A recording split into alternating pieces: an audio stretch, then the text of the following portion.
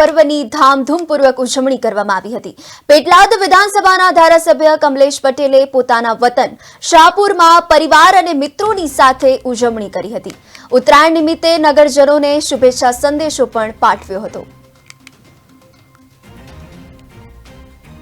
14મી જાન્યુઆરી એટલે કહેવાય છે કે ઉત્તરાયણનો આ પર્વ। ઉત્તરાયણનો પર્વ એટલે દરેક પરિવારો પોતાની અગાશી ઉપર ધાબા ઉપર ધામધૂમપૂર્વક આ પર્વ ઉજવતા હોય છે।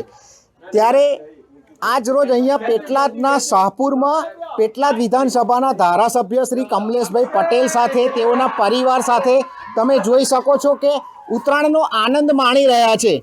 તો આપણે સીધી વાત કરવા જઈશું કે કમલેશભાઈ પટેલ તેઓના પરિવાર સાથે કેવી રીતના મજા લઈ રહ્યા છે અને આજે એવા શું સંદેશ આપી રહ્યા છે।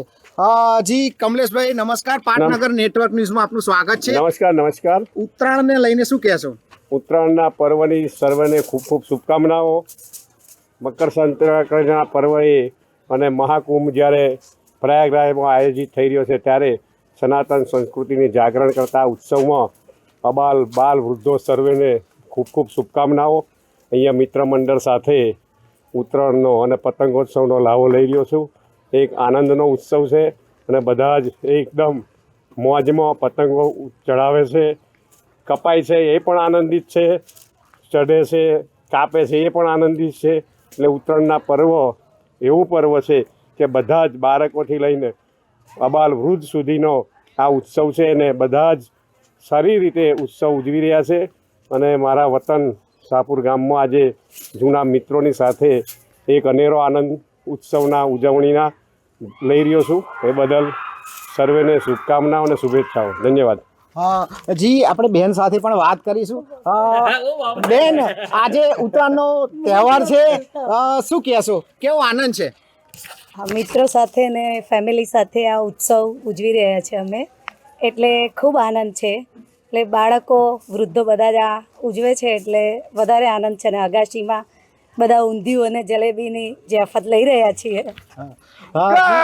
તેઓની સાથે એક એમના મિત્ર પણ છે અને એ મિત્રને પણ આપણે સીધી વાત કરીશું। જી આપનું નામ, પરિચય? શૈલેષ પટેલ। શૈલેષભાઈ, તમારા ગામમાં શાહપુરમાં કમલેશભાઈ ધારાસભ્ય છે, એમની સાથે તમે આનંદ લઈ રહ્યા છો, શું કહેશો, કેવો આનંદ? ખરેખર બહુ મજા આવે છે અને શાહપુર ગામમાં અમે ઉત્તરાયણ કરીએ ઓલ ધ ટાઈમ મજાની મજા છે।